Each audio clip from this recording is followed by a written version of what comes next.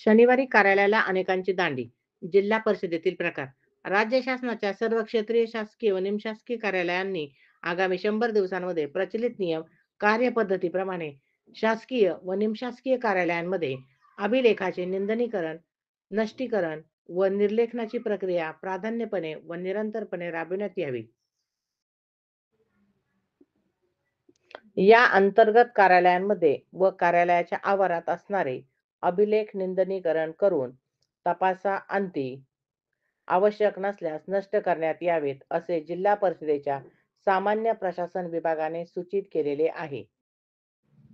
राज्य शासनाने 100 दिवसांचा काय कामे करायची आहेत हे सूचित केलेले आहे. मात्र याला जिल्हा परिषदेच्या मुख्यालयातील काही कर्मचाऱ्यांनी हरताळ फासला आहे. शनिवारी ते कार्यालयात येत नसल्याच्या तक्रारी आता कर्मचाऱ्यांमधून केल्या जात आहेत. काही जण कार्यालयात येऊन दुपारी घरी निघून जात आहेत. हा प्रकार जिल्हा परिषदेतील बांधकाम विभाग आघाडीवर असल्याचे दिसून आले आहे. हीच परिस्थिती जिल्ह्यातील काही पंचायत समित्यांमध्ये आहे. बाहेरून येणारे अधिकारी व कर्मचारी शनिवारी कार्यालयात येत नसल्याचे स्पष्ट झाले आहे.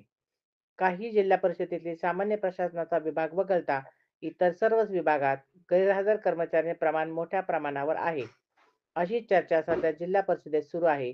यावर आता जिल्हा परिषदेचे मुख्य कार्यकारी अधिकारी काय कारवाई करतात याकडे सर्वांचेच लक्ष लागलेले आहे. ताज्या घडामोडी जाणून घेण्यासाठी सन वार्ता न्यूज चॅनलला लाईक करा आणि सबस्क्राईब करा.